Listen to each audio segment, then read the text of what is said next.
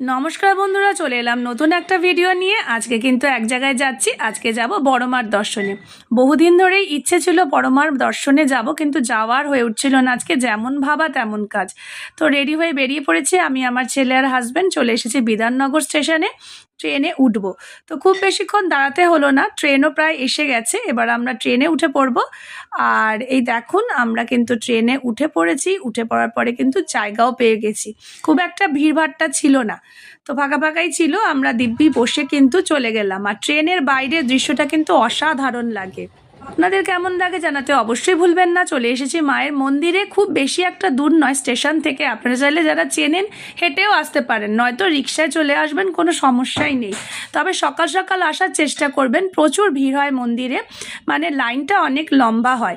তো আপনারা যদি একটু সকাল সকাল আসেন তো খুব সুন্দরভাবেই পুজো দিতে পারবেন। তো আমরাও খুব ভালোভাবেই সকাল সকাল এসে পুজো দিয়েছি, দর্শন করেছি। আপনাদের সঙ্গে একটু সেটা শেয়ার করে নিলাম। ভিডিওটা কেমন লাগলো জানাতে ভুলবেন না। ভিডিওটি যদি ভালো লাগে লাইক কমেন্ট শেয়ার করে দেবেন। আর দেখা হবে নেক্সট ভিডিওতে। ভালো থাকবেন, সুস্থ থাকবেন।